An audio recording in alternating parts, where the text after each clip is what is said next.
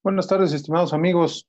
Sean bienvenidos el día de hoy a una cápsula más jurídica. Y bueno, sobre todo ahorita le quisimos dar otro contexto a tipo de cápsulas que venimos manejando y el día de hoy vamos a manejar una mesa de aportaciones. Así lo anunciamos en nuestros flyers. Y bueno, la idea del día de hoy es compartir precisamente algunas de nuestras experiencias en nuestro carácter de asesor jurídico y de defensores que hemos tenido en la vida profesional. Ya se encuentra con nosotros el licenciado Luis Royland Valderas Paredes, quien es un abogado postulante en materia penal. Bienvenido, maestro Freud. Gracias. Buenas tardes a todos. Y también se encuentra con nosotros el doctor Rodolfo de la Guardia García, quien también es un destacado abogado postulante en el área del sistema procesal acusatorio y, bueno, conocedor de la materia, no se diga, el día de hace 8 días nos hizo el favor de dar una cápsula jurídica y de verdad algo extraordinario de cómo nos fue llevando en esa ocasión. Bienvenido, mi estimado maestro Rodolfo de la Guardia. David, un placer. Luis, compartir contigo esta oportunidad siempre será un privilegio. Gracias a la barra. Gracias. Muchísimas gracias. Y bueno, su servidor, David Aboites, vamos a ser los 3 expositores que preparamos algo muy especial para ustedes, cada uno de nosotros, que precisamente esperamos les sea de gran utilidad. Vamos a empezar con la exposición del maestro Rodolfo de la Guardia, por favor, mi estimado amigo. Gracias, David. Antes que nada, agradecerle a la barra, a Luis, que haya aceptado estar y compartir esta mesa de aportaciones con su servidor. Fíjate, David, que cuando nos hiciste favor de invitar y nos dijiste que era un tema de aportaciones, me satisfizo mucho esta oportunidad de poder aportar con los compañeros de la barra y con los profesionales del derecho algunas ideas y algunos razonamientos jurídicos que con normalidad nos encontramos en la mesa de litigación y que a veces no se encuentran en el Código Nacional de Procedimientos.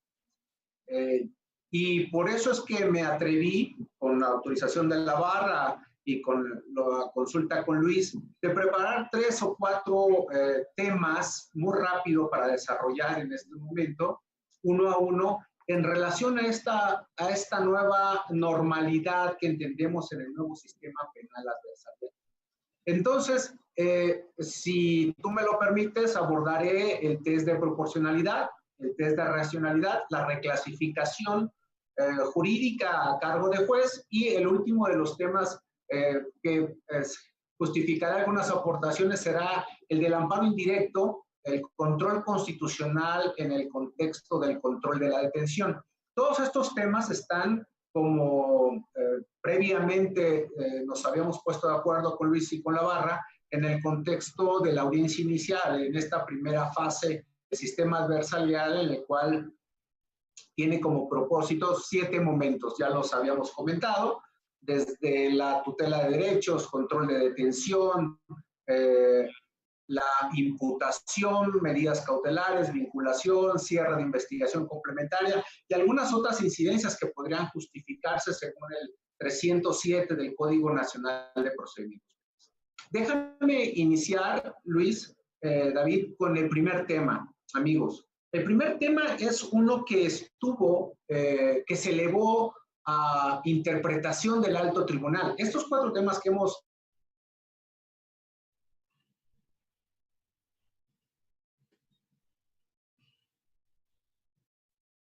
la interpretación de operadores colegiados o del alto tribunal. De ahí la importancia.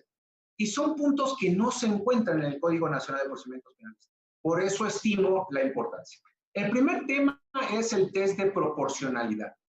Cuando nació a la luz el nuevo sistema adversarial, encontramos en el Código Nacional de Procedimientos Penales que uno de los momentos de la inicial es la imposición de medidas cautelares y el artículo 156 del Código Nacional de Procedimientos Penales se ocupaba de establecer un concepto que no conocíamos en principio, aunque podríamos encontrarlo en algún razonamiento, que es la proporcionalidad. Y entonces el 156 se hizo cargo, el legislador ordinario, de establecer qué debería entenderse por proporcionalidad, pero de manera abstracta. De hecho, únicamente narra la oportunidad y cargo procesal de cada operador jurídico. Le dice al Ministerio Público que tiene que justificar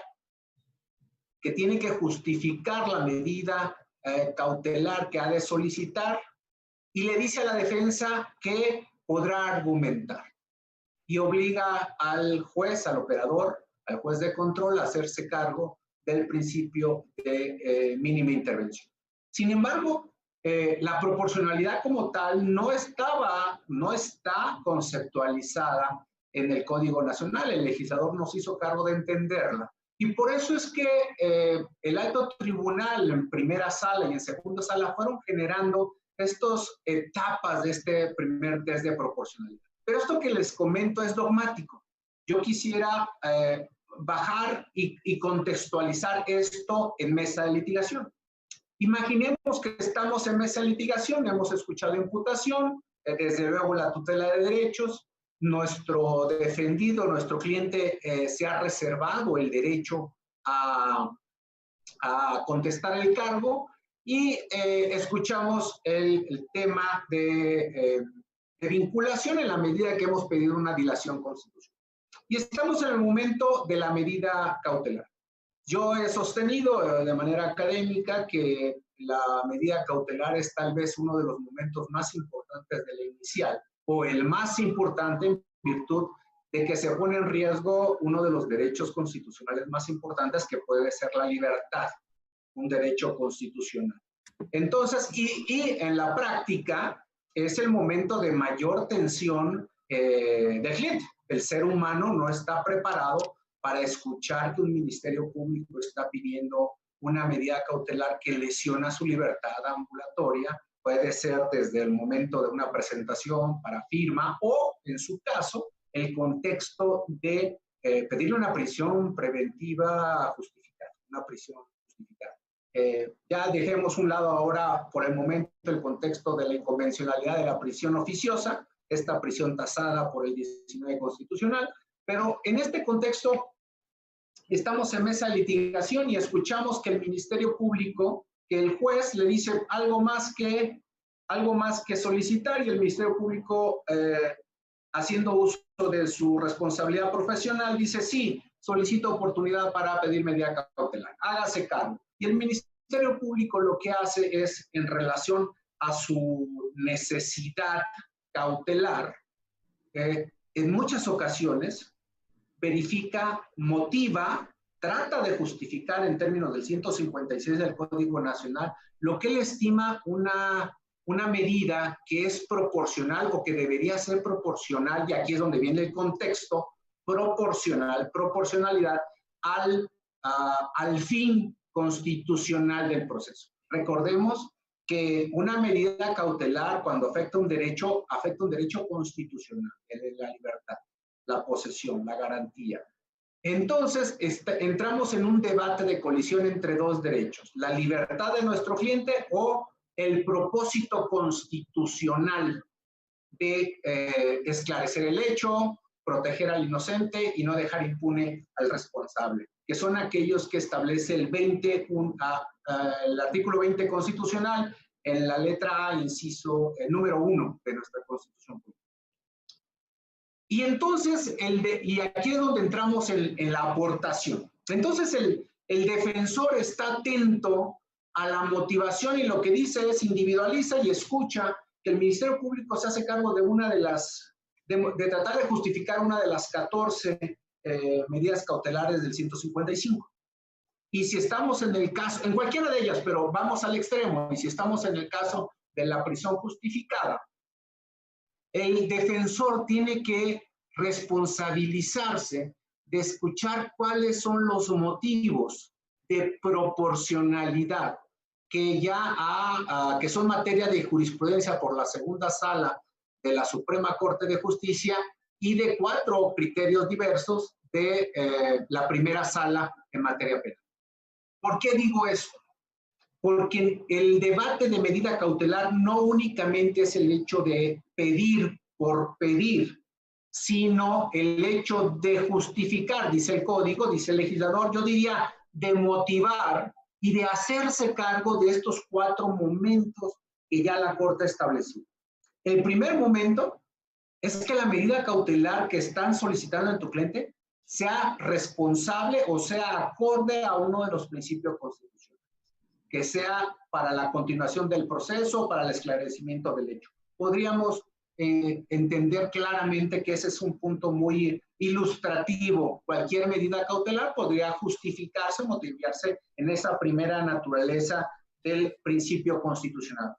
Pero el segundo punto es la idoneidad. Y entonces ya empezamos en la contradicción formal, porque el defensor en la mesa tiene que escuchar cuáles son los razonamientos de idoneidad respecto de la medida cautelar conforme al punto del cumplimiento del propósito constitucional del objeto del proceso. Recordemos que la medida cautelar no persigue el hecho delictivo.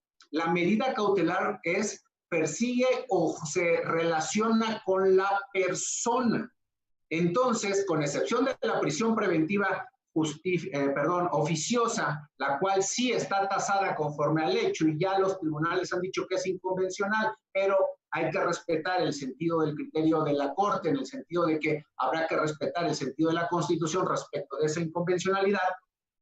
Entonces habrá que, en mesa de litigación, tener la capacidad para identificar la idoneidad. Y la idoneidad no pasa por la simple circunstancia de única y exclusivamente escuchar la petición, sino porque esa medida de prisión justificada es la única que puede cumplir el propósito. Y entonces entramos en principios de mínima intervención y de circunstancias subsidiarias, otros principios de las medidas cautelares. Y usted está escuchando en mesa de litigación cuáles son estos razonamientos. ¿Por qué es idóneo? ¿Por qué la prisión que es justificada es la idónea? Tendrá que hacerse cargo de los otros elementos, ya los conocemos: obstrucción, riesgo de fuga, intimidación o algún puesta en peligro de la víctima.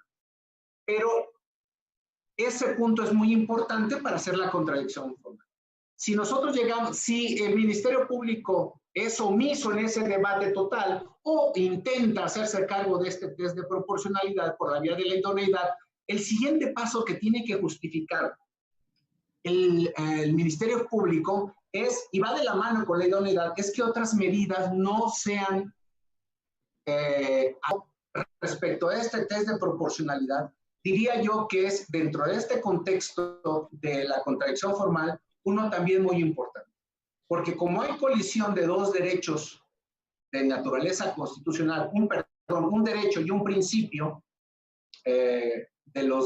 para perseguir el procedimiento del proceso penal, lo cierto es que debe de ser proporcional, y con esto dice la Corte, dice: la medida de cautelar que se imponga tendrá que ser lo suficientemente relacionada para vulnerar el derecho que se está de manera provisional lesionando. Es decir, justificar que sin la prisión preventiva de esta naturaleza pueda cumplirse con el principio de esclarecimiento en cualquiera de los procesos. Esto es muy dogmático, pero en la mesa es pragmático, porque en la mesa, si el Ministerio Público únicamente solicita en medidas cautelares en ejercicio de su derecho a pedirla, y se hace cargo del inciso del 155, pero no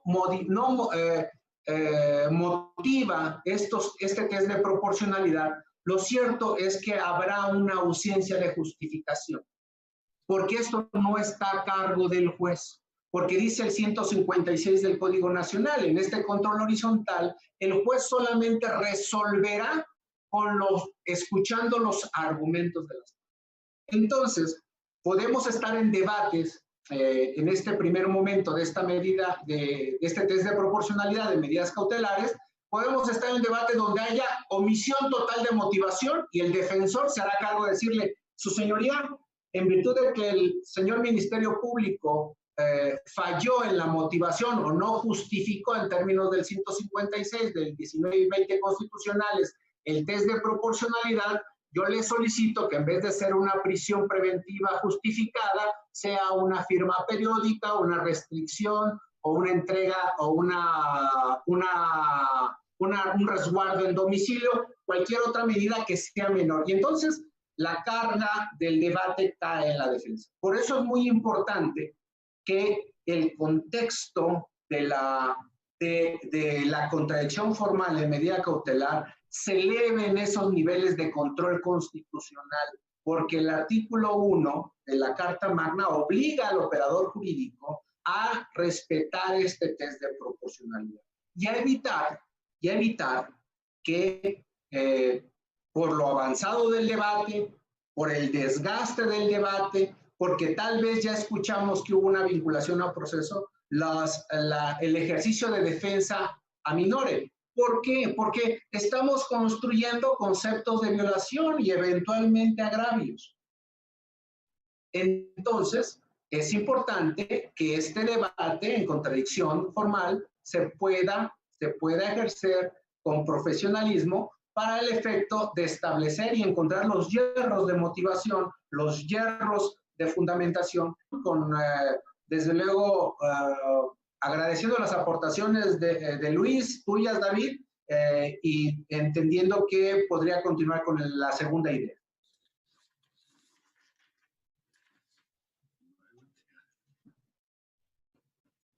Sí, claro. A mí me genera y realmente me llama mucho la atención porque precisamente hay veces que esta medida cautelar pareciera que ya es la regla y no la excepción, ¿no? Como sabemos, ya se han sentado los criterios que se han ido estableciendo y pareciera precisamente una repetición de toda la política, que no se ha entendido que este sistema es muy diferente al sistema acusatorio. La Fiscalía quiere ver prisión, judicializa asuntos por judicializar, por hacer números, sin que revise realmente cuándo es necesaria esa prisión preventiva, es imponer esa medida cautelar que se supone debe de ser la excepción a la regla, ¿no? Sin embargo, vemos que en la realidad, como dices tú, en la mesa de litigación, pues se está repitiendo este patrón, se sigue,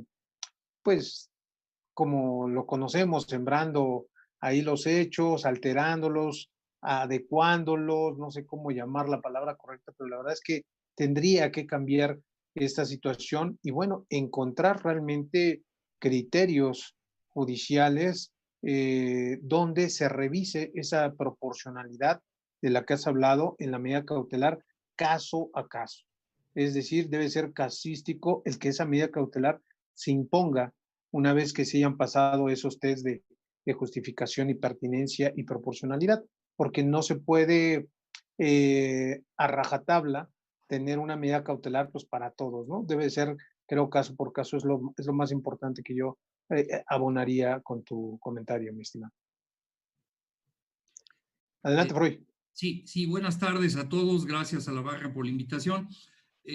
Rodolfo, yo creo que has hecho una muy buena exposición. Yo quisiera hacer algunas aportaciones adicionales. Mi punto de partida, como ya lo mencionaste también, es que las medidas cautelares traen como consecuencia directa la afectación a los derechos humanos del imputado. Todas y cada una de ellas traen como consecuencia una afectación, ya sea en la libertad personal, ya sea en el patrimonio, ya sea en varios de sus derechos humanos. Entonces, yo creo que tienes mucha razón en que cuando nos encontramos en esas etapas procedimentales, el agente del Ministerio Público solicita medidas cautelares sin mayores bases y actualmente ya no tanto, pero hasta hace poco tiempo, la gente del Ministerio Público pretendía, si no se trataba de un asunto de prisión preventiva oficiosa, pues entonces normalmente buscaba el que le fuera concedida la justificada. El agente del Ministerio Público solicita, pero normalmente no justifica, normalmente no hace uso de la argumentación correspondiente. Entonces, bueno, mi primera reflexión es que el imputado ingresa a la audiencia o es presentado a la audiencia en pleno uso y goce de sus derechos humanos y derivado de la argumentación y sobre todo de la resolución que va a acabar terminando dar el juez, en ese momento se le va a causar una afectación, una limitación a sus derechos humanos. Esa es la primera parte. Y normalmente así lo resalto en ese tipo de audiencias. La segunda parte es que paralelamente también tenemos que existen, ya lo mencionaste, fines del procedimiento, fines del proceso, que son el esclarecimiento de los hechos, proteger al inocente, procurar que el culpable no quede impune y que el daño causado por el delito sea reparado. Efectivamente, tiene que atenderse a estos fines, porque no se trata solamente de beneficiar al imputado y dejar descobijado la víctima o al ofendido. Entonces, ahí es donde juega un papel muy importante cada una de las partes procesales. Ahí es donde de un lado el defensor va a buscar que no se vulneren o que se vulneren en el estándar mínimo los derechos humanos de su representado.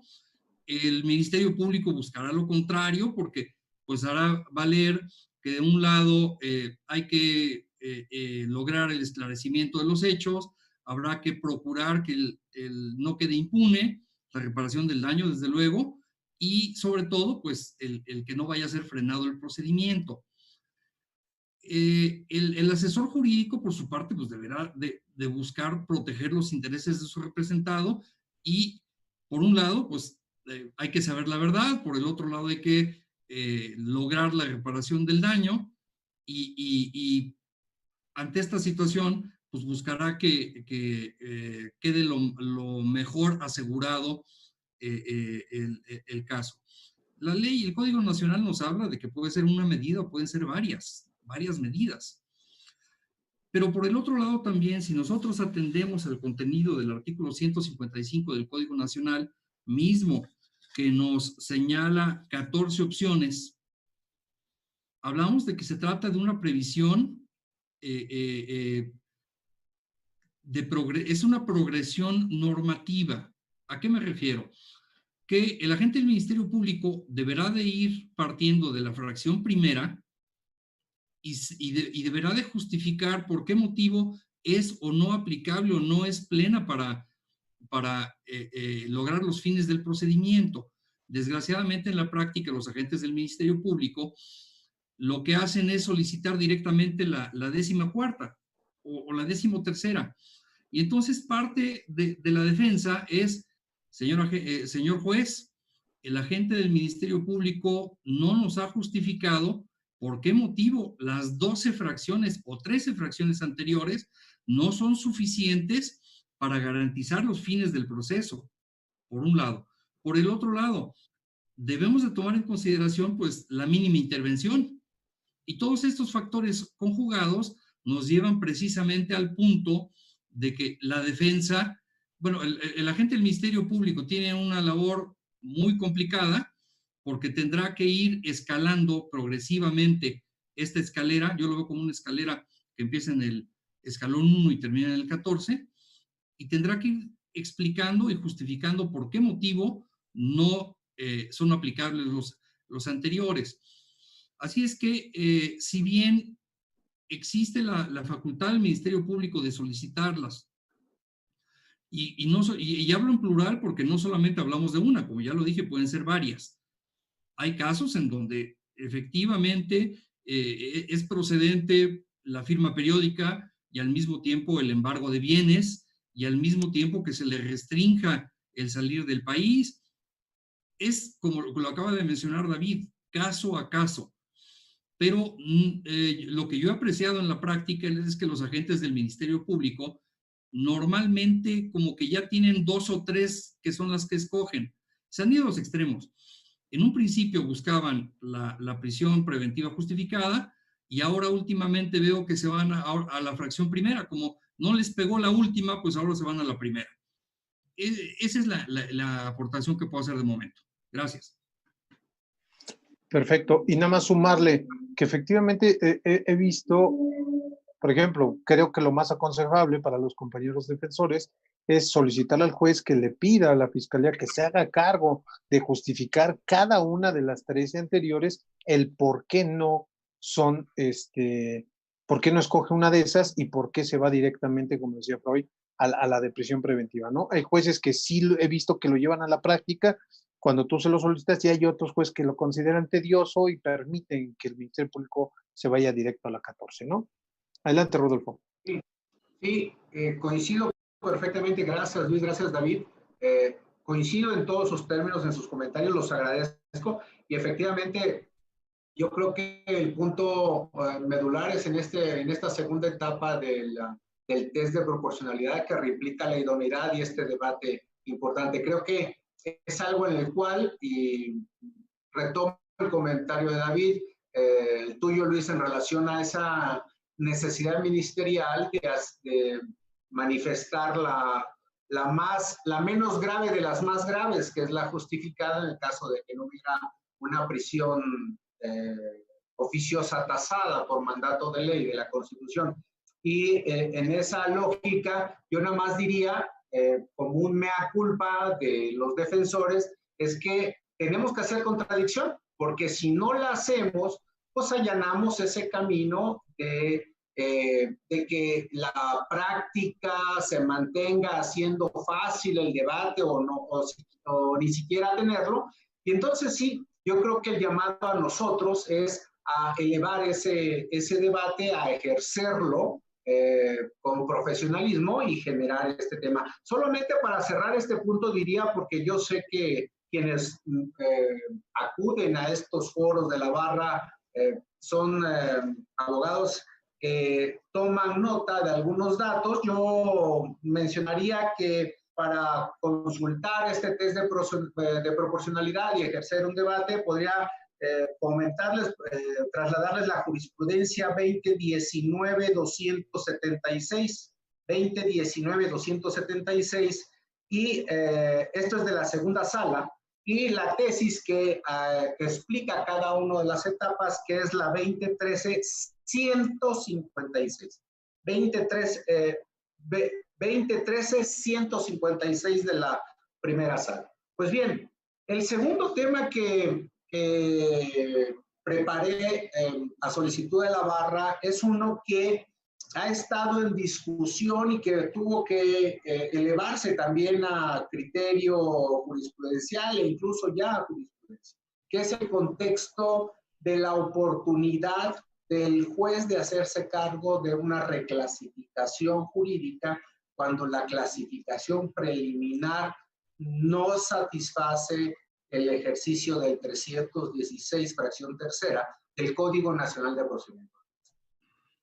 Y es hasta cierto punto común, y digo hasta cierto punto porque lo he visto, bueno, tal lo he visto que fue necesario el criterio jurisprudencial, que los jueces escuchen la imputación, escuchen el pedido de vinculación y ante un férreo debate en contradicción de la defensa, determinen que no hay indicios razonados de que un evento pueda tener la apariencia o la probabilidad de delictivo.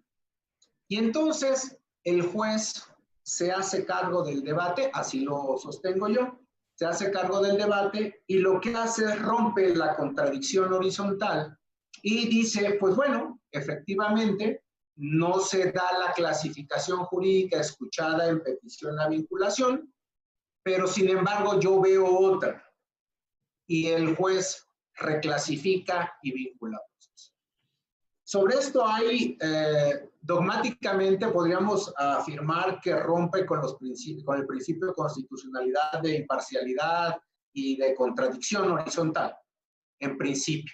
Y entonces la pregunta que nos hacemos de este lado de la mesa de litigación es, ¿por qué el juez se hace cargo de la clasificación, de modificar, de enmendar, de mejorar la clasificación jurídica preliminar cuando nuestro adversario está tasado por ley, está reconocido por ley como un órgano técnico conocedor del derecho. Por ley, el Ministerio Público conoce más de derecho que cualquier defensor que se sienta y se acredita y se individualiza. Y estoy hablando por razones de ley. Entonces, la pregunta es, ¿qué hace la defensa?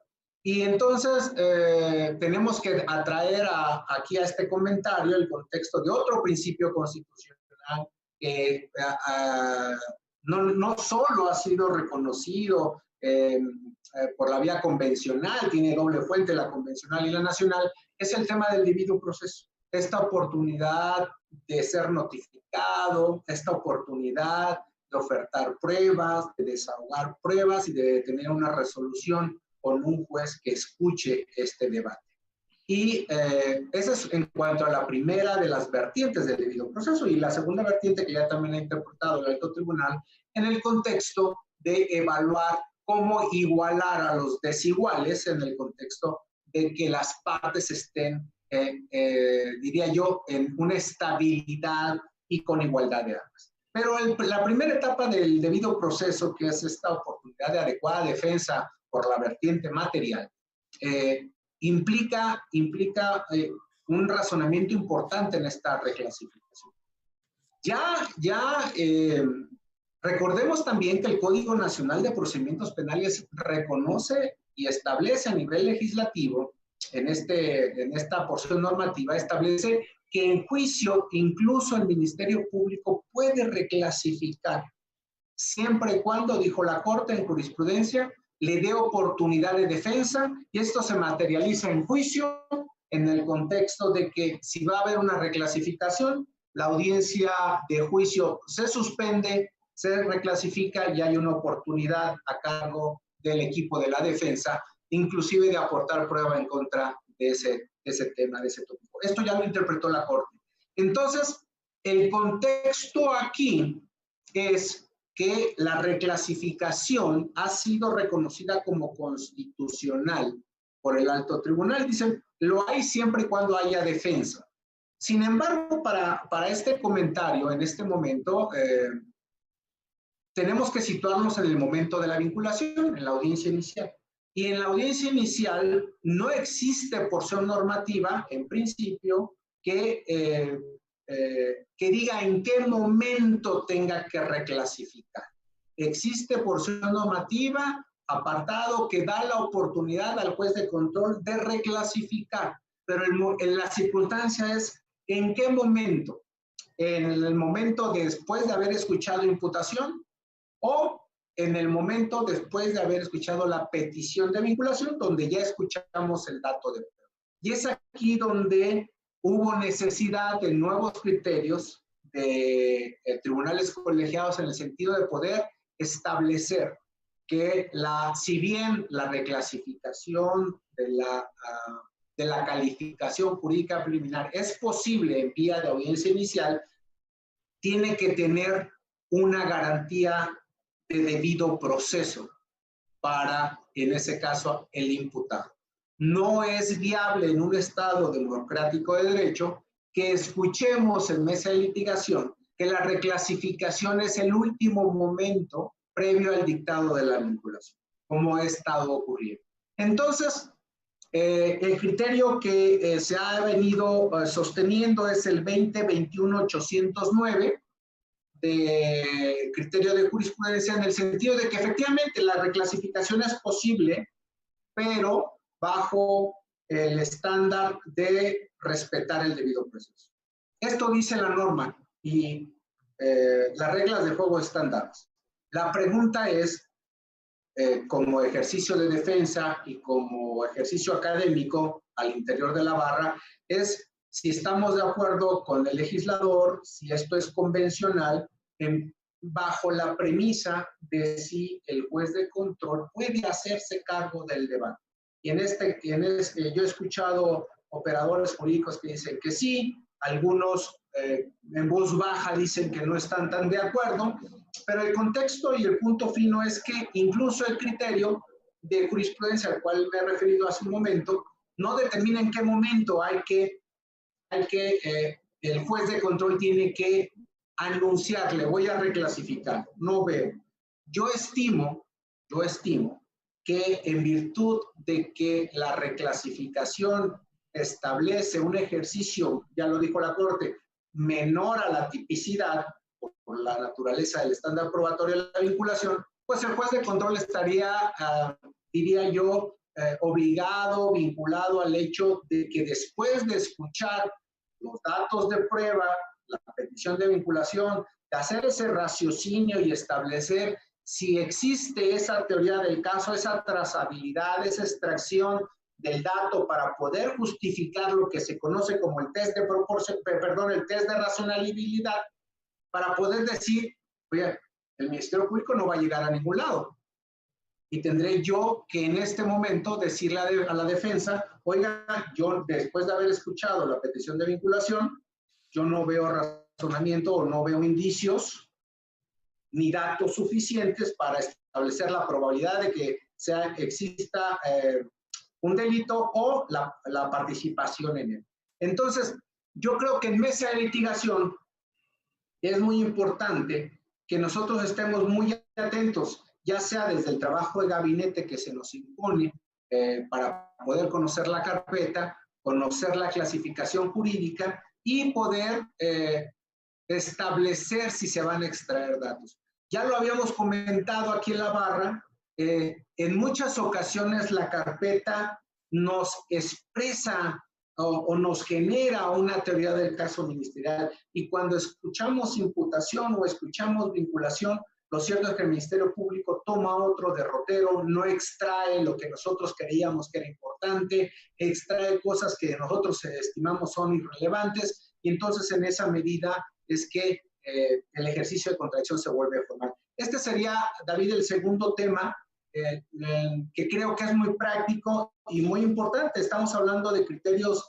del año pasado y que todavía existen amparos indirectos en revisión que se están resolviendo para reponer a inicial para que se les dé oportunidad a los imputados de hacer ejercicio de debido proceso en sede judicial en esta primera etapa.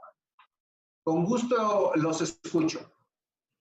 Claro que sí, mi estimado Rodolfo. Bueno, creo que se va poniendo esto más candente, más rudo, pero bueno, efectivamente, sobre todo nosotros como defensores, pues no nos gusta ese tipo de resoluciones, ¿no? Atendiendo precisamente a lo que tú mencionabas, que el Ministerio Público a nivel constitucional y en todas las leyes sabemos que es un órgano técnico igual que la defensa. Me ha tocado llevar asuntos donde en un mismo asunto me reclasifican la detención, porque no es la hipótesis, y después en la vinculación también me reclasifican. Dices, ay, como que dos palazos a la vez duelen, ¿no? Y lógicamente que uno acaba inconforme porque dice, bueno, ¿dónde está esa tecnicidad? ¿Dónde está esa minuciosidad, esa preparación de la fiscalía al plantear su acuerdo de su detención, ¿no? Yo en lo que comentaba a un inicio que preparé, precisamente viene algo de detención, unos casos que iba a plantear, pero ahorita nos ocupamos de ellos.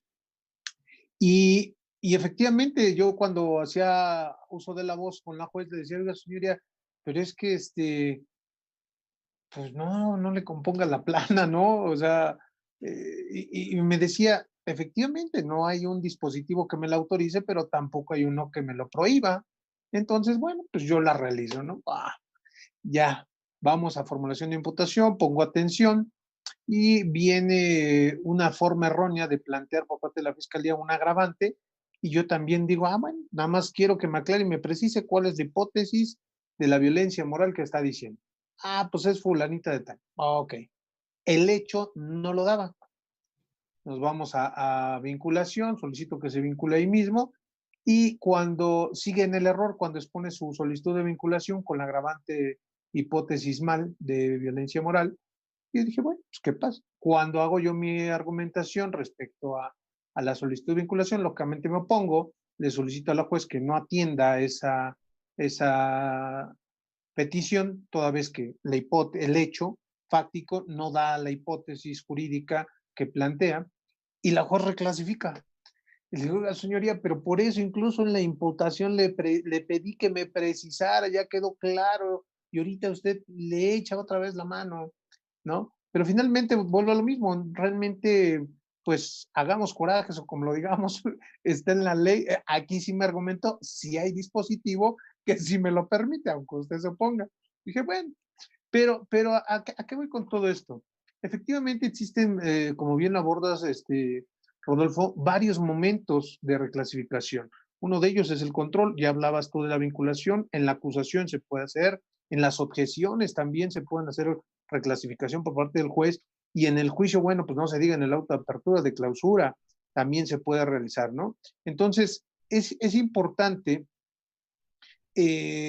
algunos criterios que comentabas también se habían establecido que pudiera ser que si es en beneficio, si se realice, si es en perjuicio y se agrava la situación jurídica de la persona detenida, imputada o acusada, pues no se permita.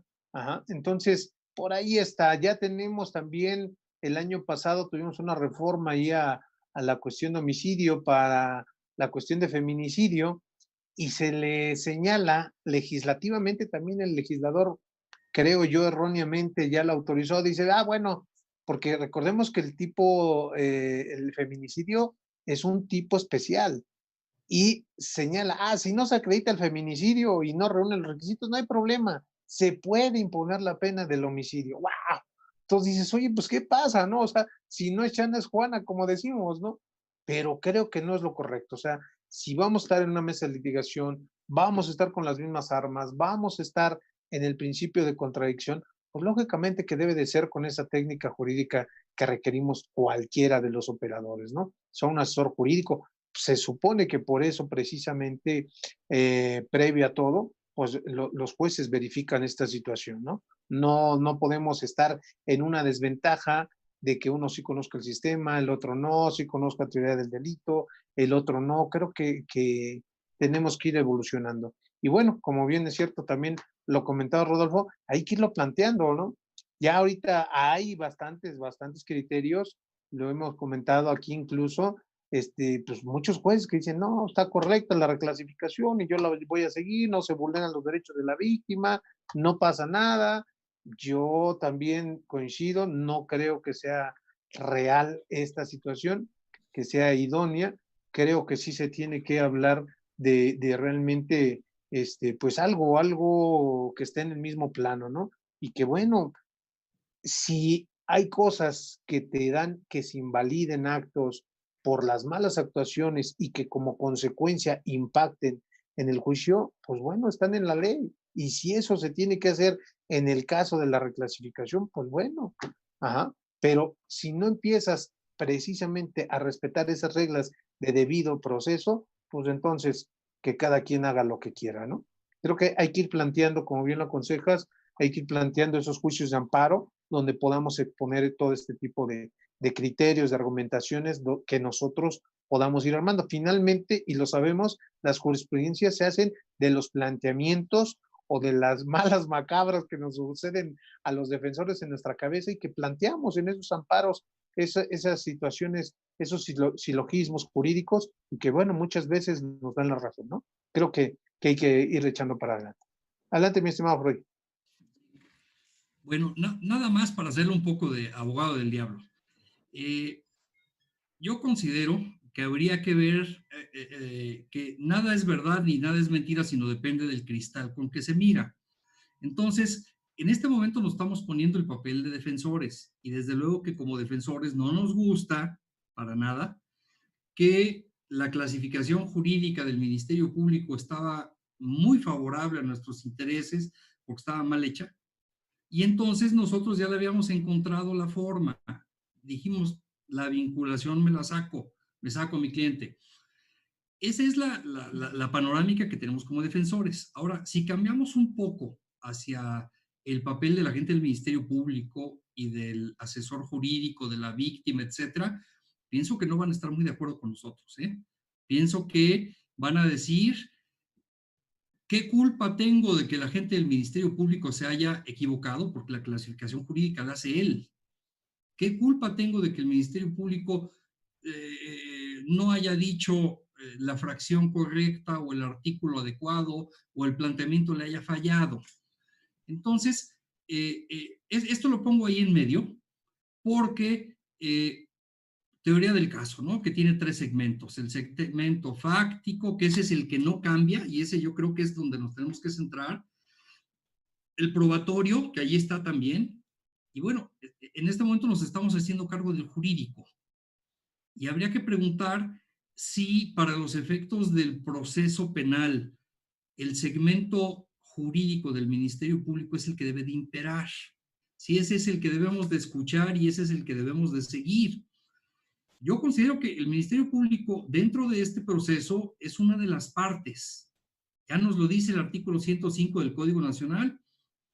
Tanto el Ministerio Público como el defensor, como el asesor jurídico, ahorita por hablar nada más de las partes técnicas, los 3 somos partes. Y entonces considero que extrapolarlo a que si el Ministerio Público se equivocó, el ofendido, la víctima, deberán de resentir esa falla. Digo, insisto, estoy de abogado del diablo y solamente para que lo reflexionemos. Vuelvo a decir, para mí un proceso, un procedimiento, está de por medio muchas obligaciones constitucionales y muchos derechos humanos. Por eso me voy un poco hacia la víctima y por eso me voy un poco hacia el imputado. Bueno, ¿a dónde vamos a dejar a la víctima? Todo es pro del imputado. Pero, ¿y la víctima dónde va a quedar? Por el otro lado, si yo veo a la autoridad jurisdiccional que va a ser la encargada de resolver en cada uno de los momentos de esta audiencia, precisamente este juez es el que va a escuchar a las partes, no nada más el Ministerio Público. Va a escuchar al Ministerio Público en ese planteamiento de formulación de imputación, pero como lo acaba de decir en este momento David, también va a haber necesidad de pedirle precisiones y aclaraciones. Si después de esta situación el juez, fundamentado en el artículo 1 constitucional, en su párrafo 3, que habla de que todas las autoridades en el ámbito de su competencia deberán de tutelar derechos humanos, y pensamos que la víctima y el ofendido tienen un derecho humano, y que por el otro lado, lo que ya decía hace un momento, existen objetivos propios de este proceso penal, esclarecimiento de los hechos. Por el hecho que se haya equivocado el Ministerio Público, entonces ya no debe seguir adelante el asunto para esclarecerse el hecho. Esa es una pregunta. ¿Es inocente el imputado por el hecho de que se haya equivocado el Ministerio Público? Ya no es culpable, bueno, perdón, ya no podremos tener un proceso para continuarlo. Yo considero que es un tema ahí muy complicado y qué bueno que ya esté haciéndose cargo la autoridad federal y que ya está emitiendo parámetros. Pero yo creo que hay argumentación para todos lados, ¿eh? Y que al juez no se le puede poner tan fácil, porque habrá ocasiones, artículo 146 del Código Nacional, flagrancia. El Ministerio Público expone su planteamiento y considera que está circunscrito en la fracción tal, hipótesis tal. Y finalmente está equivocado el Ministerio Público porque hay una falla de su apreciación. Y el juez es el que acaba, como lo decía David, corrigiendo la plana del Ministerio Público, que habrá que ver qué tanto la corrige o qué tanto está en tutela de derechos humanos. Digo, insisto, no estoy en contra de nada, simplemente lo que estoy buscando es crear debate para que consideremos varios aspectos. Gracias por la oportunidad. Adelante, adelante. No, es que, claro, Freud, y son formalidades, pero que existen en la ley. Y entonces que si no las sigues, pues entonces cualquiera vamos a hacer cualquier cosa.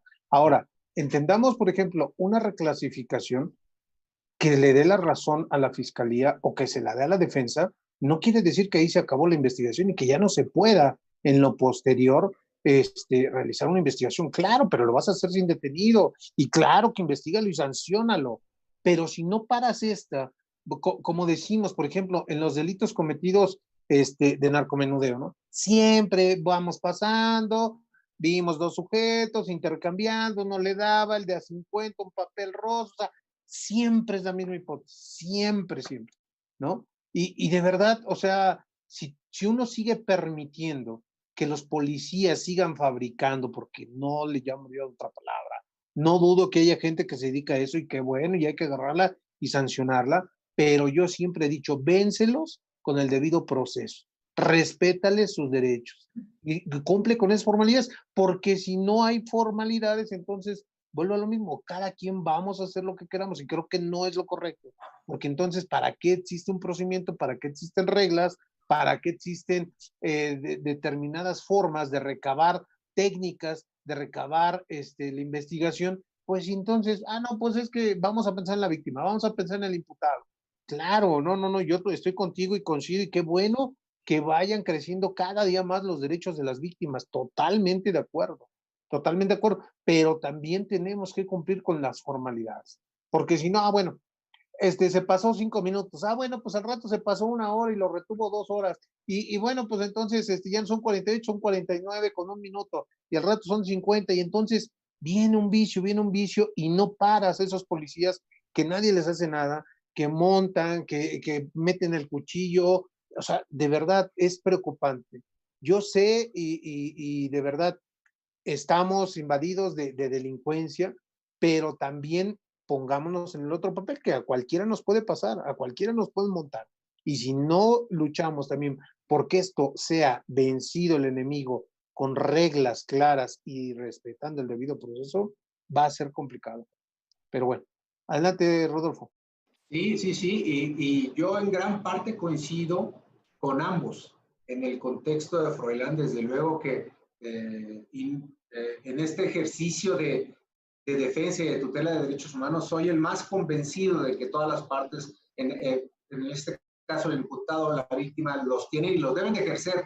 Lo que mi provocación al preparar este tema, y creo que poco a poco lo hemos logrado, es el hecho de que somos el único país donde que reconoce un sistema adversarial donde el juez se hace cargo de clasificar el hecho.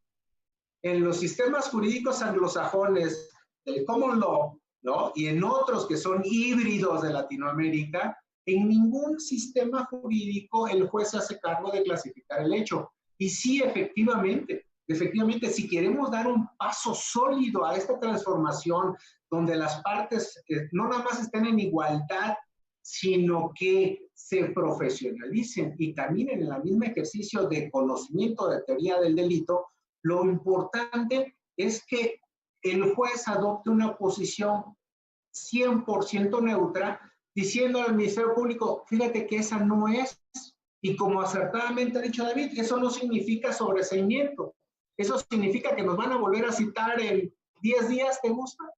Nos van a volver a citar con otra clasificación jurídica, pero ese palo, permíteme el término, ese palo que le dan en mesa, que queda grabado, va a obligar al operador jurídico ministerial a ejercer teoría del delito con mayor eficiencia. Entonces, termino. Este último tercer tema que preparé, David, Luis, amigos, está relacionado con un poco con el tema de los momentos de la inicial, tutela de derechos, control de la detención. Cuando hicimos este camino 2008, 2016, cuando nos obligamos todos a conocer el nuevo sistema adversarial, pensábamos, y así se establecía en un primer momento, que la audiencia inicial era como una secuela concatenada, pero individualizada, una sola audiencia donde se resolvían varios efectos, un poco pensando en el sistema mixto donde en la prepa desahogabas y luego pedías libertad, te la negaban, pero era pues, prácticamente un mismo evento.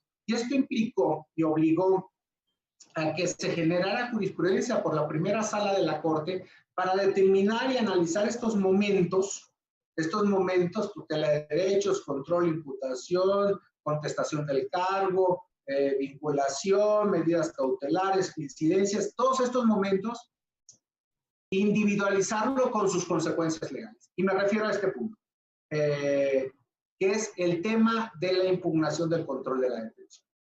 En muchas ocasiones se pensaba que el control de la detención, al ser uno de los primeros momentos, el segundo momento de la audiencia inicial, tenía la suerte de la vinculación.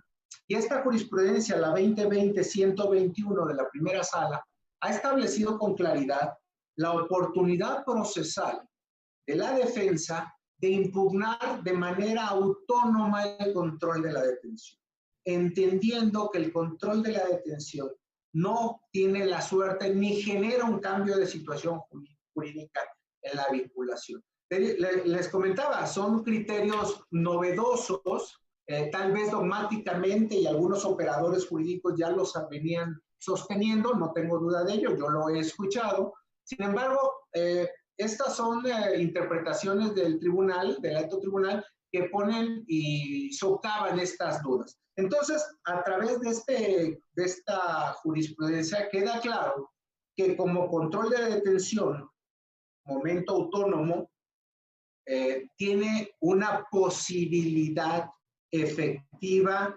y de impugnación en sede constitucional a través del amparo indirecto. Y aquí, pues bueno, expresado muy rápido lo dogmático, aterrizamos a lo pragmático y yo lo que siempre he sostenido que el control de la detención obedece a un ejercicio de rapidez, ya no de gabinete, porque en muchas ocasiones te llaman y te dicen ya va para el juzgado, o simple y sencillamente no te enseñaron la carpeta en la sede ministerial, no conoces la hipótesis de flagrancia, todo lo que nos enfrentamos en el día a día de la mesa. Pero el contexto aquí es, ya lo decía Luis en algún momento previo, es pues hacerte cargo de del 146 de la flagrancia o del 150 del caso urgente y poder hacer ese debate en el entendido de que ese control formal en mesa implica que tú como defensor puedas haber abrevado, haber entendido cuál es la causa de flagrancia, cuáles son los razonamientos fundados y motivados en su caso del caso urgente, para poder esbozar al juez de control un ejercicio de defensa y poder invitarlo a que no califique de legal la detención. En el entendido también de que esto es impugnable de manera autónoma. Entonces, ¿qué puede pasar? Que puede pasar el hecho de que, vinculado a nuestro cliente, podamos optar por vías alternas, apelar el auto de vinculación y amparar el control. O inclusive una tercera vía, el tema de las medidas, por los momentos, que son momentos autónomos. Entonces, sí, esta tercera idea, y con esto termino estos tres temas que habíamos preparado para la barra, creo que es muy importante poder entender cada momento del debate de la vinculación y darle su importancia a cada debate. El debate inicia y se extingue en un momento determinado, pero conociendo cuál es la premisa, cuál es el objeto del debate, hacia dónde va el debate y cuál es el propósito del debate, tú puedes ejercer contradicción con gran alta posibilidad de eficiencia si tienes los conocimientos mínimos de gabinete de las causales de la flagrancia o en su caso de caso urgente, en el caso del control de la detención. Entonces, como conclusión diría que este criterio ya llevado a jurisprudencia por la primera sala, jurisprudencia de 2019, pues sí deja muy en claro que el cielo no se acaba ni la noche se viene cuando la audiencia inicial no ha tenido los efectos que nosotros estábamos buscando en defensa. Ni todo está perdido cuando nos han calificado legal la detención, ni todo está perdido cuando hay vinculación o hay medidas cautelares. Yo creo que aquí el ejercicio de esta parte de esta mesa de aportaciones de la defensa es prepararnos, conocer el objeto del debate, hacer un debate profesional y en la medida de lo posible, con gran rapidez, con gran astucia, poder abrevar de la carpeta para poder hacer el ejercicio. Y algo muy importante, no hacer preconcepción de lo que está en la carpeta con lo que se oye. Lo que se oye en la mesa a cargo del Ministerio Público nos ha pasado en muchas ocasiones conocemos ministerios públicos que integran con una velocidad y con una capacidad y decimos, estamos muertos, estamos fritos, se acabó, hay que pensar en el amparo, esto va a vincular. Y el día de la inicial encontramos a un ministerio público que no conoce la carpeta, que se acaba de imponer, que está sustituyendo o simplemente son sus primeras audiencias o que siendo lo suficientemente capaz, pues bueno, tiene un mal día. Entonces, yo creo que el ejercicio en tutela de derechos, adhiriéndome a los argumentos de Luis, es ejercer la defensa de la mejor manera, conociendo como primera premisa el objeto de la audiencia a la que vas. Segundo, haciendo el trabajo de gabinete al que estamos obligados. Tercero, teniendo la plática mínima con tu cliente respecto a las consecuencias y hacia dónde va la trazabilidad del dato de prueba, porque yo digo y he sostenido que no hay peor miedo del cliente que la ignorancia. Si el cliente no sabe a qué va y solamente escucha sin saber qué está pasando, eso es un derrotero. Vaya, es un 95% de que se vinculan, a ti te van a dar las gracias, te van a despedir y van a poner a otro defensor a cargo del tema. David, estos son los temas.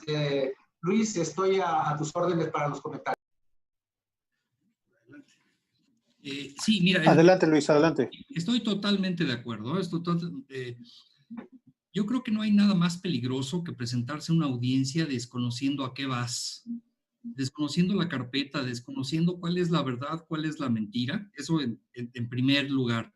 En segundo término, por ejemplo, en el caso de la audiencia inicial que tiene tantas fases o tiene tantos tramos, lo que me ha tocado ver es que en muchas ocasiones en el control de la detención se quiere argumentar lo que es propio de la medida cautelar o de la vinculación, o que se discute por discutir. Alguna de nuestras maestras, la licenciada Leti Hernández, nos habla de que tenemos que escoger muy bien cuáles son nuestras batallas.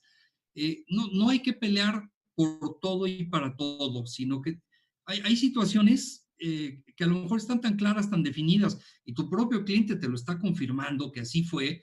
La detención, el hecho existió tal como lo están planteando, en ese lugar, a esa hora, la policía. Bueno, habrá situaciones que tienes que dejar pasar y tendrás que pelear en otras etapas. Desde luego, la vinculación es una etapa muy importante, no se diga la de medidas cautelares. Ahora, referente al tema del control de la detención, yo creo que es un tema fundamental, porque hay casos que pasan el control de la detención, pero que no pasan la vinculación. Pero también hay casos que pasan el control de la detención, la vinculación, y hasta se llega a dictar una sentencia condenatoria, y en amparo se determina que fue una detención ilegal. ¿Por qué? Pues porque aparte de la prueba que se recabó era ilícita en términos constitucionales. Entonces, ahora sí que hay de todo en la viña del Señor. También el hecho de que haya un control de la detención no te garantiza una vinculación. Cada una de las etapas tiene que trabajarse de forma muy distinta, porque pues a lo mejor efectivamente se detuvo de forma legal, pero no se cuenta con el material probatorio, el segmento probatorio no es suficiente, hay una insuficiencia probatoria. Pues entonces, ¿qué va a traer como consecuencia? Que no vinculen a la persona. Sobre esto mismo, me parece muy buena situación el criterio que nos estás expresando, porque como defensores nos da mayores alternativas y mayores herramientas para poder combatir cada una de las resoluciones en los diferentes segmentos. Ahora, lo que yo considero que muchas ocasiones sucede en la práctica, con mucha gente me ha tocado verlo, es que al momento en que los defensores promueven el amparo, lo promueven solamente en contra de la vinculación a proceso, y su cliente está privado de la libertad, y no atacan las medidas cautelares. Y entonces, pues finalmente, no sé, el 90 y tantos % de las resoluciones son negativas de amparo. ¿Por qué? Pues porque el acto que se reclamó no es el que está causando propiamente la lesión que estamos persiguiendo, que es la vulneración de la libertad. En ese sentido, yo considero que debemos de conocer que cada vez se tiene que profesionalizar más el trabajo de todas las partes, de todos los sujetos. Me voy otra vez al 105, para mí es muy importante ese artículo. De todos los sujetos, tanto la policía, el juez, medidas cautelares y las partes procesales técnicas y no técnicas, todos debemos de estar muy conscientes del alcance y de la responsabilidad de nuestro papel. En la medida, siento que en muchas ocasiones no le damos la importancia o el alcance que realmente tiene, y que en la medida en que lo conozcamos y que lo entendamos, vamos a hacer un mejor papel todos. Yo de mi parte en los demás temas que tocaste, pues estoy totalmente de acuerdo. Gracias. Perfecto. Nada más abonando, mi estimado Rodolfo. Primero, efectivamente, y ahorita que lo mencionaba el licenciado Freud, si nosotros nos inclinamos por irnos contra un amparo en contra de la autovinculación, efectivamente también hay que impugnar la medida cautelar. Pero ojo, y esto es un tip porque me pasó, hay que computar el término, si se duplicó incluso sobre todo, hay que computar el término desde que se pronunció respecto al control de la detención, porque muchas veces lo empieza uno a computar los 15 días que tenemos a partir de que se dictó la autovinculación. Y entonces, pues lógicamente que si tú te fías de que pasaron ya 2 o 3 días, de que dictaron incluso la medida cautelar también, yo me atrevería a señalar las tres, ¿no? Las tres cuestiones. El control de la detención, la vinculación a proceso y la imposición de la medida cautelar. Creo que serían los ideales. Y computarlos desde el que se celebró la primera audiencia inicial, la primera parte, porque si las empieza a computar de una vez que se resolvió la vinculación, si no fue ahí y dupliqué y solicité esa dilación de la que hablaba Rodolfo, pues lógicamente que esto va a traer como consecuencia que ya se me recorrieron unos días, porque ya el control ya pasó de término, la imposición de medidas ya pasó de término, y lo único que sí va a estar en término va a ser la vinculación, y entonces respecto a esos actos que yo voy a reclamar en mi amparo, pues me lo van a sobreseer por estar fuera de tiempo, ¿no? Entonces hay que tener cuidado en esos aspectos. Creo que, como decíamos, si lo vemos desde el punto del defensor, pues qué mejor que no haya control. Si lo vemos de punta del defensor, qué mejor que no haya vinculación y se continúe sin detenido, ¿no? Pero bueno, si lo vemos por la víctima, pues lógicamente que tendremos que hacer un trabajo a ese respecto de que fuera sí control y sí vinculación. Efectivamente, no hay que debatir por debatir. Hay veces que el control, y de verdad yo lo he hecho, o sea, veo que la detención, platicas con tu cliente, esos consejos que nos daba Rodolfo, de platicar con el cliente, porque luego ni siquiera nos conoce y, oye, pues entendamos la situación de la persona detenida. O sea, llegas y le dices, voy a ser tu abogado en la inicial cuando ni siquiera te vio en la agencia. Y ese quien lo manda, ya nada más porque le dices, bueno, pues me mandó Pepita, güey, ya, bueno, agarras confianza, ¿no? Pero creo que una de nuestras obligaciones precisamente es esa plática que tenemos que tener, ¿no? Yo normalmente sí la solicito cuando no he tenido contacto con mi cliente. Dentro de sus derechos está el que se comunique con su defensor.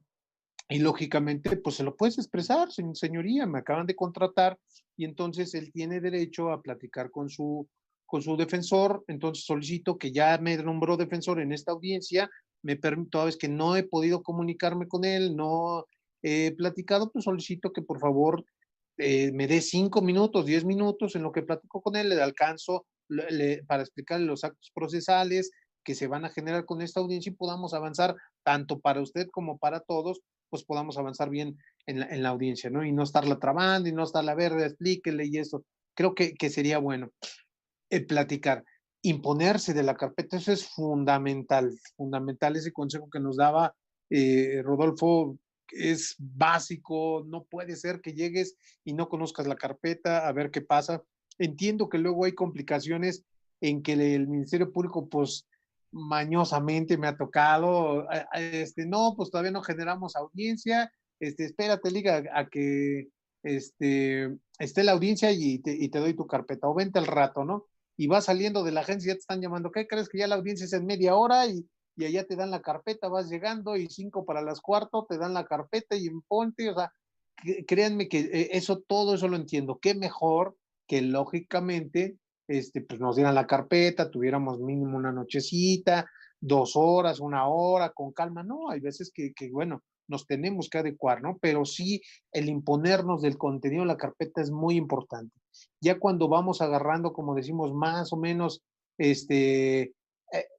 identificando cuáles son las cosas que se tienen que justificar, por ejemplo, en control de detención o así, pues lógicamente ya sabemos qué puntos buscar, ¿no? Para cada acto, pero sí es importante que tengamos ese manejo. Me ha tocado ver compañeros que ni siquiera llevan código, ni siquiera llevan constitución, por el amor de Dios, de verdad, créanme que se ve muy mal, muy mal. Tuve la experiencia de un compañero, le dice al juez, présteme su código, no, el juez lo puso, o sea, de verdad, a ese nivel, y como decía Freud también, debatir por debatir, no, o sea, hay que hacerlo. Yo, ¿sabes qué? Pues en control de detención ya platiqué con mi cliente y efectivamente, pues sí fue detenido de esa forma, nada más que él no lo cometió, pero sí fue detenido. ¿Qué voy a alegar? Nada, señoría, esta defensa tenía el principio de lealtad, nada, no tengo nada que alegar, porque efectivamente la detención ocurrió así. Bueno, pero ahora voy a la vinculación porque efectivamente tengo datos de prueba, medios de prueba objetivos que realmente rompen con esa razonabilidad que me pide, ¿no? Entonces, sí es importante, saber utilizar y preparar esos debates que vamos a hacer. Hay actos que son debatibles, hay actos que no, formulación de imputación, nada más es aclaraciones y precisiones, pero nos tenemos que preparar para actos de debate, ¿no? Creo que esto se llama juego limpio y tenemos que entenderlo así. Si no nos queda o no nos queda claro en la cabeza cómo tenemos que funcionar desde un inicio, creo que estamos complicados. Yo quisiera de una vez aprovechar para meter aquí uno de los temas que les tenía preparados.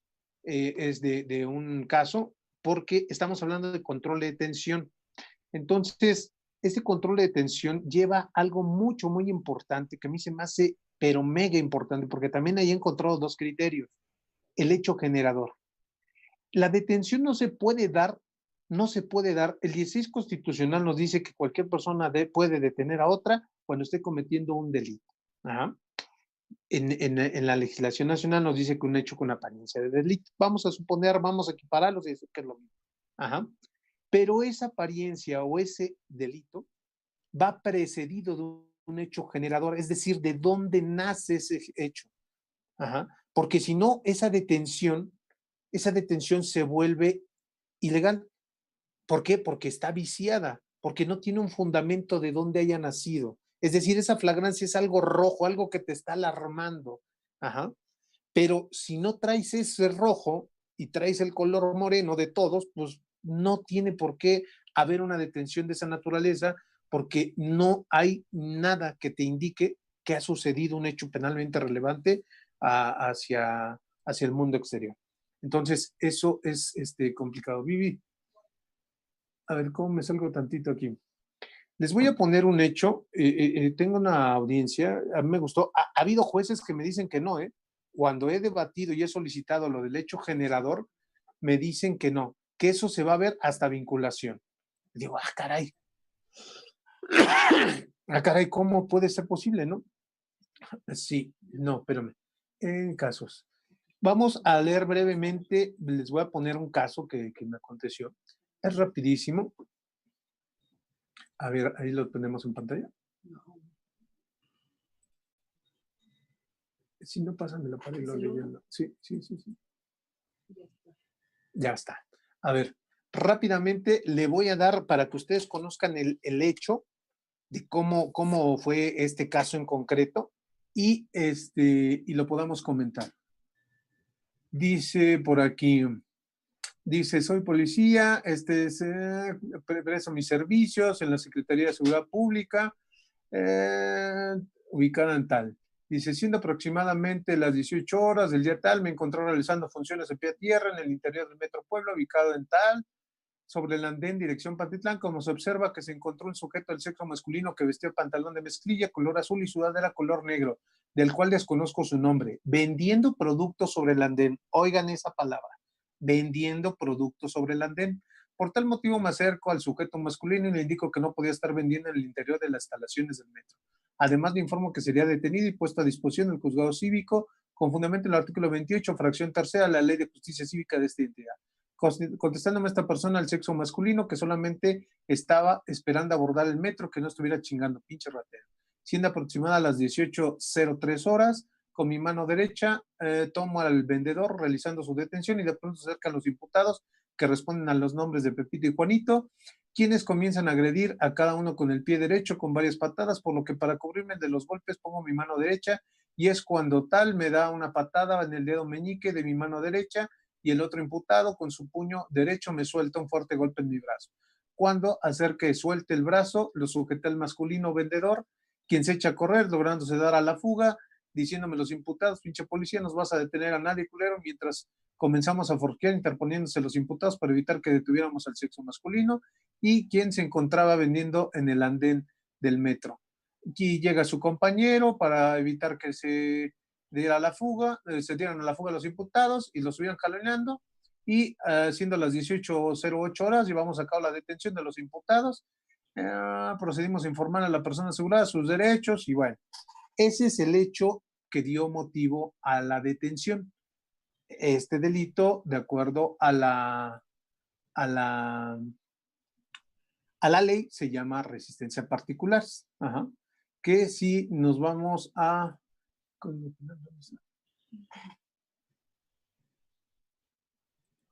No cerraste. Es el 281. ¿Cómo está? 281. No cerraste.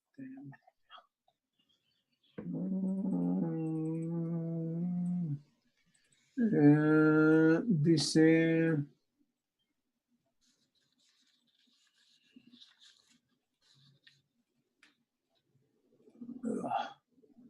Acá está el tipo penal. De acuerdo a la conducta que señala el Código Penal, dice desobediencia y resistencia, se le impondrá de 6 meses a 2 años de prisión o en favor de la comunidad o de trabajo. Es decir, tiene pena alternativa. Ajá. En favor de la comunidad al que rehusare prestar un servicio, no. Se impondrá, es el 282. Se impondrá de 6 meses a 3 años al que por medio de la violencia física, esa era la hipótesis que señalaba la Fiscalía, se oponga a que la autoridad pública o sus agentes ejerzan alguna de sus funciones en forma legal o resiste el cumplimiento de un mandato que satisfaga todos los requisitos legales. En este caso, efectivamente, existía, a ver, ponme una imagen. En este caso, ponme ya el video, resistencia. En este caso, efectivamente, existía una detención de 2 personas que supuestamente llegaron a través de la violencia física, a golpear a un policía que estaba cumpliendo con sus funciones, toda vez que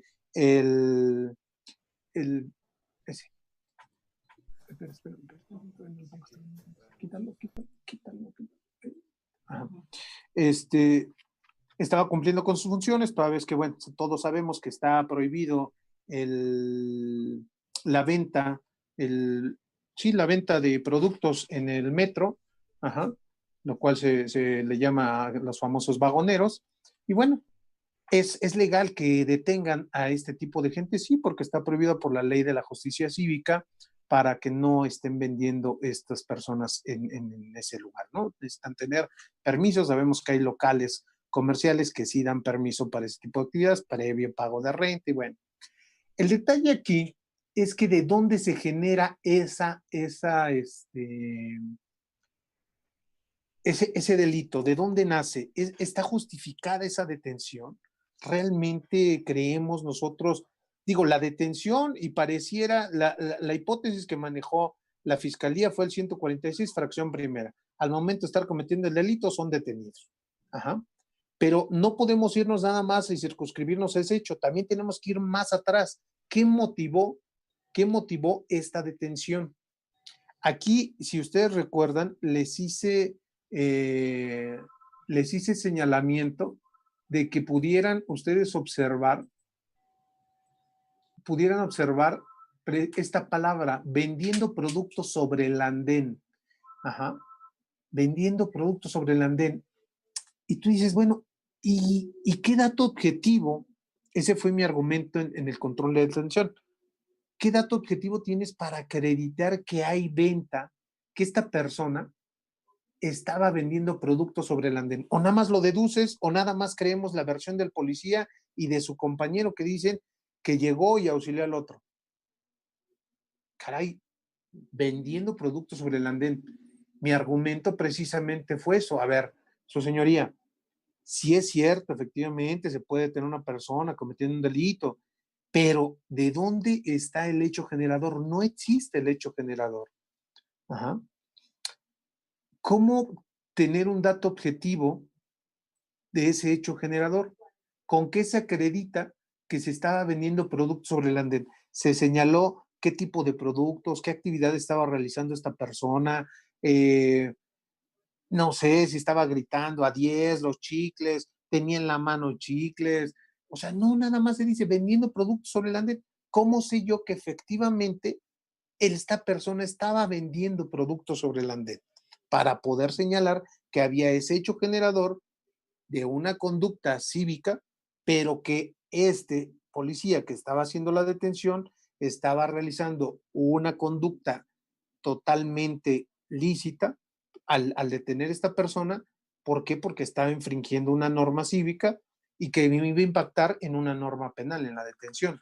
Sin embargo, no estaba justificado ese vendiendo productos sobre el andén. Por eso el hecho generador tenemos que revisarlo, sobre todo en los delitos cometidos de forma instantánea. Ajá. Vamos a poner un poquito el audio, nada más rapidísimo, para corroborar cómo precisamente la juez es lo que señala. A ver, déjenme ubicar. No. ¿Dónde está la memoria? La memoria. Nada más tú me indicas. ¿Dónde está el video? El de abajo. ¿Dónde están? No, esos son los. Ese, ábrelo. Y vete hasta el. En la Ciudad de México, siendo las 3:32 del día. 23. 1 de septiembre de 2019. Vamos a escuchar el audio, les vamos a quitar la imagen por protección. Vamos a escuchar la imagen, el audio de la imagen. De apellido Vargas Salazar se ajustó a la legalidad bajo el supuesto normativo que señala el Ministerio Público. Eso es la flagrancia prevista en el numeral 116 Constitución en su párrafo quinto y el numeral 146 fracción primera de nuestro ordenamiento procesal nacional. Esto es en el momento de estar cometiendo un delito. Ese tenor, una vez que he escuchado los argumentos que vierte la gente del Ministerio Público, así como los que vierte la defensa, solicitando que no se califique de legal esta detención, esta juzgada va a hacer este pronunciamiento tomando en consideración lo que establece el numeral 16 Constitución en su párrafo séptimo y el numeral 308 párrafo segundo de nuestro ordenamiento procesal nacional.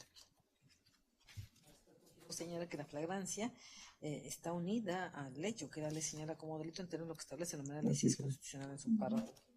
Esto es, para que cobre vida jurídica esa flagrancia, tiene que materializarse ese supuesto normativo que dé lugar a considerar que se cometió un hecho que la ley señala como delito y que por esta razón dicha detención se encuentra ajustada de hecho bajo ese supuesto normativo de flagrancia relacionada con el hecho propio que dio lugar a su detención, que es una de naturaleza delictiva, cuando así lo establece nuestro artículo 16 constitucional en su párrafo quinto, que señala cualquier persona puede tener al iniciar el momento que esté cometiendo un delito. En este momento se señala y es el supuesto que está justificando el Ministerio Público.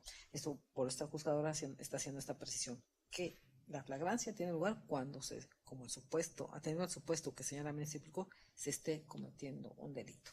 En la información vertida por el Ministerio Público no advierto que se haya materializado ese supuesto normativo que dé lugar a la intervención de los elementos policíacos para asegurar a ambos imputados vía la existencia de que se esté cometiendo un delito en ese momento. Se señala al Ministerio Público que la conducta delictiva que desempeñaron o tuvieron lugar el motivo de la conducta de ambos imputados es que la resistencia particular, esto es que por medio de la violencia física se opusieron a que la autoridad pública, los agentes del pueblo, en forma legal. Esto es, se señala que el día de los hechos, el 30 de agosto de 2019, aproximadamente a las 18 horas, este elemento policíaco, Giovanni Hazael Maya Martínez, advierte la presencia de un vendedor en el andén del Metro Puebla, que se ubica en el viaducto Río de la Piedad, calle 73, en Colonia Puebla, de la alcaldía Venustiano Carranza. Ve este sujeto que está realizando la venta de algún producto que no sé cuál sea, porque así lo señaló el propio defensor, no se advierte cuál es el producto, ni en qué andén, ni en qué dirección. O sea, es una información segmentada. Que se acerca y le dice que es a esta persona, el sexo masculino, que vender, ejercer comercio en los andenes del metro está prohibida, teniendo que establecer una 28, fracción tercera de la Ley de Cultura Cívica de esta ciudad, que había asegurado a esta persona para llevarlo o presentarlo ante el juez cívico, y que llegan dos sujetos, estos los dos imputados. No sé qué manifestaciones dijeron, que bueno, pues señala que lo golpean, refiere que le da una patada en el pie derecho, con el pie derecho en la mano derecha, que le lastima el dedo meñique, y que César lo golpea con el puño derecho, el brazo derecho, y que esto dio lugar a que soltara a esta persona y que esta persona se dio a la fuga. No advierto de estos datos el hecho propio generador de esta detención, como lo señala el abogado defensor. Existe únicamente al respecto lo que manifiesta Giovanni Hazael Maya respecto de este vendedor, que no pasa desapercibido lo que señala el Ministerio Público respecto a diverso elemento policíaco. Miguel Ángel Ramírez Martínez, que a 15 metros se encontraba del lugar, y se dice que advierte esto a las 18 horas. Bueno, en ese tenor de este día 30 de agosto, en ese tenor, esa información preguntada, si interviene este elemento policíaco para asegurar a un vendedor en el andén del Metro Puebla, nunca se refiere, o no sé, o fue omiso esas manifestaciones, que es lo que está vendiendo para considerar que efectivamente si estaba realizando esa conducta que está prohibida por la Ley de Cultura Cívica de esta ciudad, y que ello dio pauta para que interviniera este elemento policíaco, y que asegurar a esta persona para poner a disposición del juez cívico, y que esta detención, se puede asegurar, ese aseguramiento de este vendedor no podía llevarse a cabo por la intervención de ambos.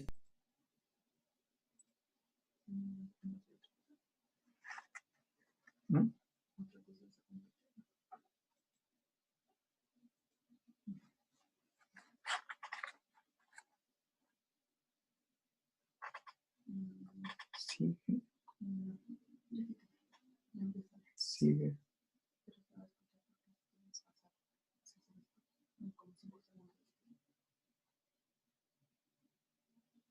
Sí. Ya. Ok, entonces entendamos cómo la juez también habla del hecho generador y no califica de legal la detención, porque esa detención no estaba justificada. O sea, la detención tal vez estaba en la hipótesis, pero el hecho generador, es decir, de dónde nació esa detención, está contaminada, porque efectivamente no había un hecho generador. Por eso, abonando lo que decía mi bien amigo Rodolfo, es importante, y quería sumar este tema del hecho generador, porque muchas veces ahí es donde el delito instantáneo no revisamos, nos vamos directo a la detención, y si nos fuéramos así, pues diríamos, no, pues sí fueron detenidos al momento de estar cometiendo el delito. No, tenemos que ir un poquito más atrás de este tipo de figuras. Nada más, mi estimado Rodolfo, adelante. Sí, y no te falta razón, porque en este tipo de debates se pone a prueba algunos otros ejercicios que en mesa se deben de ejecutar, particularmente el hecho del ejercicio del conocimiento de la hipótesis fáctica.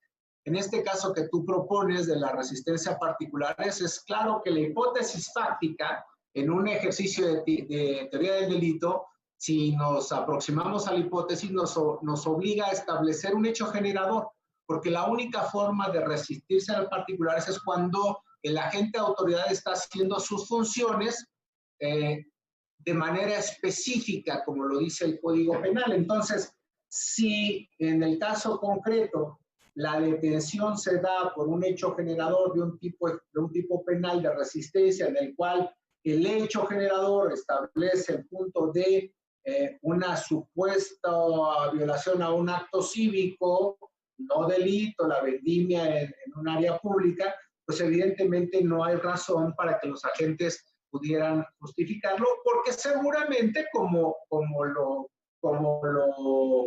se debió expresar en el ejercicio de defensa, el parte informativo, el parte homologado o en su caso la carpeta no informó ni expuso ningún dato de prueba de que existiera esta vendimia.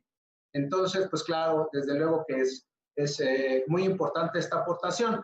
Y ahora, por respeto al tiempo, yo le cedería el uso de la voz a Luis para que expusiera los temas que a su naturaleza y a su caso la barra le propuso.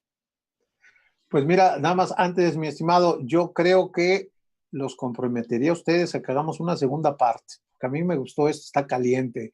Y la verdad es que yo tengo otro asunto que me gustaría exponer de incorporación de prueba en duplicidad. Y bueno, Luis Froilán no ha expuesto sus dos asuntos, entonces el tiempo que nos queda no lo vamos a hacer, pero pues yo, si ustedes están puestos, dentro de 8 días le damos a la segunda parte para exponer estos temas que nos sueltan y algunos otros más que se consideran importantes. Nada más, rapidísimo, nada más para que quede esta cuestión del hecho generador. Hay juzgadores que lo he hecho valer, por ejemplo, me tocó en uno de quebrantamiento de sellos. Igual, lo hice valer porque a esta persona llegan y ya tenían sellos de clausura, el abogado les dice, no hay problema, quítenlos, ya pueden trabajar, ya metí el juicio de nulidad administrativo, sin tener suspensión ni nada, los quitan, llega otra vez el INVEA, se ven que los sellos están violentados y entonces detienen, pregunta, ¿quién es el encargado? Pues el encargado tal, pues órale, va para arriba, y se lo llevan a audiencia. Ajá. Y ahí, pues lógicamente, tampoco había hecho generador de esa detención, ¿no? Ni había flagrancia, ni había nada por el estilo. Sin embargo, yo lo quise alegar en control de detención y el juez ahí me dijo, no, usted quiere hablar respecto a un elemento del delito y entonces eso váyase a ya solicitud de vinculación a proceso. O sea, ¿qué es lo que quiero especificarles y que tomen en cuenta? Que hay jueces que sí te permiten en control de detención hablar de hecho general y hay otros que te dicen no. Aquí nada más estamos puro control y aboques a eso, abogado. Entonces hay que tener cuidado en el planteamiento. Ajá. Eso nada más. Adelante, Freud, te escuchamos para ir. Y pues ahora sí que ustedes acepten la invitación. Bueno, yo encantado, te tomo la palabra, gracias. Sobre el tema que acabas de tocar, yo considero que pues tienes soporte constitucional, ahí está el 14 constitucional, el cual te define cuáles son las hipótesis en las cuales puede ser privada su libertad una persona sin la existencia de una orden judicial.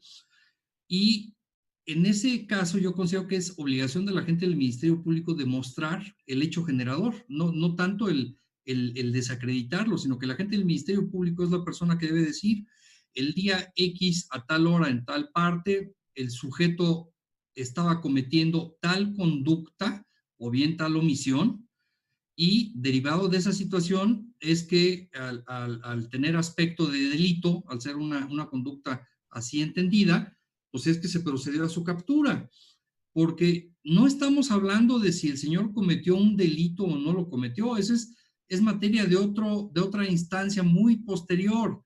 Estamos hablando de si los primeros intervinientes o primeros respondientes, los policías o los vecinos o quien haya sido, se encontraban o no se encontraban dentro de la hipótesis de la excepción constitucional. La regla general es el derecho humano de la libertad. La excepción es la restricción. Y esta restricción, como ya lo dije, hay causas de restricción jurisdiccional, pero también las hay sin orden jurisdiccional, sino ministerial, o bien el caso específico de la flagrancia. Considero que es indispensable que la gente del Ministerio Público le acredite al juzgador, porque es su obligación, porque ya hubo una detención, pero además hubo un control de la detención. Y gracias a esto es que hubo un plazo de 48 horas en favor de ese Ministerio Público para llevar a cabo toda una investigación y que en muchas ocasiones hasta agotan ese plazo y que pudiendo haberle dado libertad en términos del 140 a la persona, lo mantiene privado de la libertad, lo lleva a juicio, bueno, lo lleva, perdón, a la audiencia inicial y ahí todavía, al final de cuentas, no solicita la privación de la libertad justificada. Entonces, en ese tenor, es obligación de la gente del Ministerio Público justificar la existencia de una de las causas de exclusión para la privación de la libertad. Todo esto, ¿cómo se llama? Pues lo que acabas de decir, la causa de la detención. Entonces, en ese sentido, sí, es muy útil y básico que el defensor haga la argumentación jurídica, pero yo creo que también habría que lanzarle un poco la pelota al Ministerio Público. Es, mira, lo detuviste el día tal, a tal hora, en tal lugar, sí. ¿Cuál es el motivo? ¿Cuál es la causa generadora? Y yo lo pondría contra la pared hacia el juez. Juez, no te ha justificado, no te ha demostrado que esa sea una causa suficiente para caer dentro de los casos de excepción. Gracias. Pues mi estimado Rodolfo, ahora sí que está la invitación porque el tiempo ya se nos agotó, ya son casi las 5 y la gente, bueno, pues tiene algunas otras ocupaciones que nos gustaría respetar su tiempo, pero bueno, con el compromiso de seguir compartiendo. ¿Cómo ves, Rodolfo? No, desde luego, te agradezco, David, la oportunidad, el privilegio de compartir con Luis y desde luego sigamos en cuanto la barra programe en tiempo y día y abordemos otros temas que tengan que ver con este ejercicio tan noble que es la defensa. Perfecto, pues ahora sí que les proponía yo dentro de 8 días, si todo estaba bien, 3 de la tarde, nos vemos, preparamos, bueno, yo tengo otro caso muy interesante de incorporación de medios, en este caso es un video, muy claro, y bueno, también Freud tenía 2 asuntos ahí que ya se los congelamos, pero bueno, pues igual tú te puedes preparar alguna otra situación, sabemos de tu gran capacidad, mi Rodolfo, y bueno, pues la idea es seguir compartiendo. Con mucho gusto, nos vemos la próxima semana. Perfecto. Pues Freud, pues estamos emplazados. Quiero agradecer la invitación de hoy y la de la próxima semana y pues también el haber tenido la oportunidad de compartir este espacio con ustedes, con Rodolfo y contigo. Gracias a todos. Perfecto. Pues nos estamos viendo. Muy buenas tardes, estimados amigos. Nos vemos dentro de 8 días. Que Dios los bendiga y bonita tarde. Buena tarde a todos. Buena tarde. Hasta luego.